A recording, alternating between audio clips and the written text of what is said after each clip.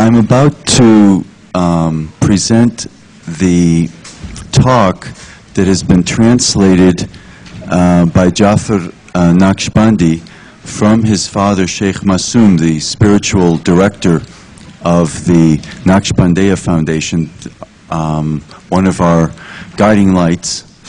And it's been translated from Persian into English. So I would like to, I have the honor of being the communicator of this from Sheikh Masoom and his son Jafar. All praise belongs to Allah subhanahu wa ta'ala, the Lord of the universe. Peace and blessings be upon our master, the blessed Prophet Muhammad sallallahu alaihi wasallam, the illuminating light, Allah's mercy to humankind and all God's creatures.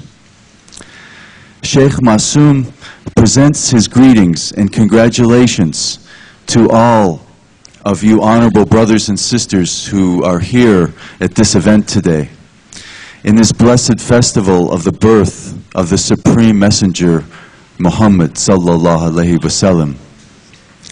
Allah subhanahu wa ta'ala in the Quran Kareem declares, I created jinn and humans to worship Allah. And worshiping Allah is the only reason we're here. This is it. This mission demands nothing less than our top priority and concentration in our life. And this is a worship that Allah is commanding, that should be done not because we're supposed to, but out of sincere devotion and humility at a level that Allah deserves. That worship can only be done with a calm nafs, nafs being the lower carnal soul that all human beings have. And this nafs needs to be obedient to the higher powers so that one can truly worship Allah. And these are, in the Quran, it says, Allah Ta'ala says, for sure a person will be saved if he has cleansed his nafs from shirk and disobedience. Surely the request of a person who covers his nafs with disobedience will not be accepted by Allah. So this Quranic verse truly emphasizes the importance of the purifying of the nafs. And in the Holy Quran, the word nafs has been repeated over 200 times. And obviously there are many divine warnings to human beings about the nafs. So one of these, let's speak a little bit more about the nafs. There are 3 levels of the nafs that have been mentioned in the Holy Quran. There's the nafs amara, you might say the rebellious soul, the rebellious nafs. The nafs lawama, which is the obedient nafs, and the nafs mutama'ana, which is the calm nafs, or the tranquil nafs. And this unruly nafs has been mentioned in Surah Yusuf. And the Quran says, I am not praising myself to control my nafs, that it does not wish to do forbidden acts, because truly, when the nafs is rebellious and unleashed, it will move toward acts which are forbidden, like being heedless of remembering Allah and committing other forbidden acts. Submission to the nafs, to this rebellious nafs, is rebelling against God. The second nafs, the accusing nafs, God says, He declares, in the name of the Day of Judgment and the accusing nafs, because this accusing nafs is the nafs that wakes up when it commits forbidden acts, and it regrets and blames itself and sincerely ask for forgiveness. This is the human conscious, being aware that that we've done something that we shouldn't have done. And the tranquil nafs is also mentioned in the Quran, and Allah Ta'ala says, "Oh, the nafs that you have made calm and is in peace, believing in Allah and the Day of Judgment, come back to your Lord and be pleased with Allah's rewards, as Allah subhanahu wa ta'ala is pleased with you.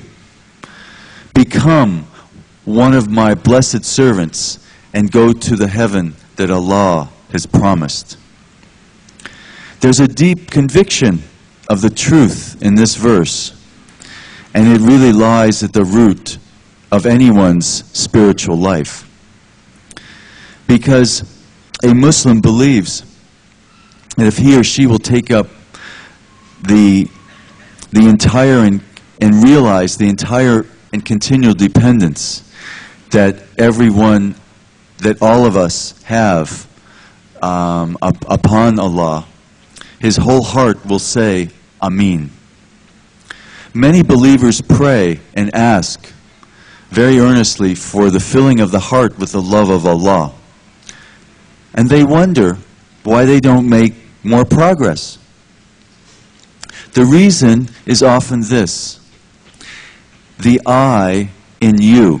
Now what does that mean? Before the heart can be filled, it has to be prepared.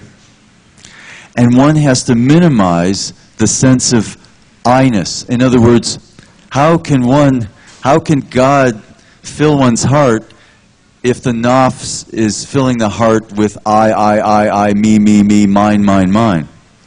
So this selfishness has to be conquered.